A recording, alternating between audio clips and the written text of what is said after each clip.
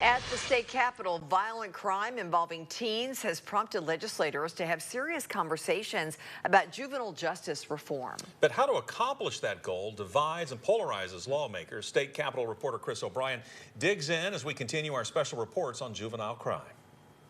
Speaker of the House Cameron Sexton filed a new bill cracking down on juvenile crime. What we're saying is if you're committing certain violent crimes, then we want you to go to the criminal court where they deal with criminals and criminal activity. The bill would force any juvenile offender who commits a violent crime to petition for the justice system to see them as a juvenile delinquent.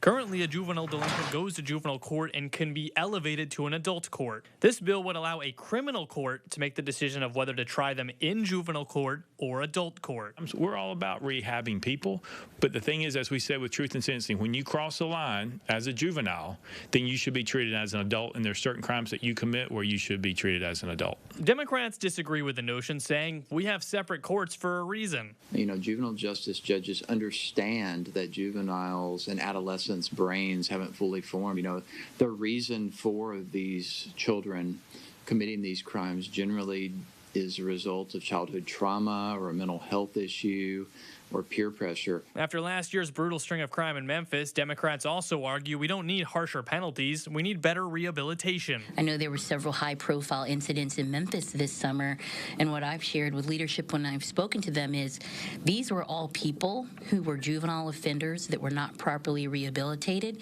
and ended up becoming adult offenders. But Sexton pushed back on that, saying the COVID-19 pandemic and a year doing school virtually showed the problem is getting worse. What I will say, though, is you go talk to anybody, any person in Shelby County, wherever in Memphis, and say, is juvenile crime running high? They will tell you yes.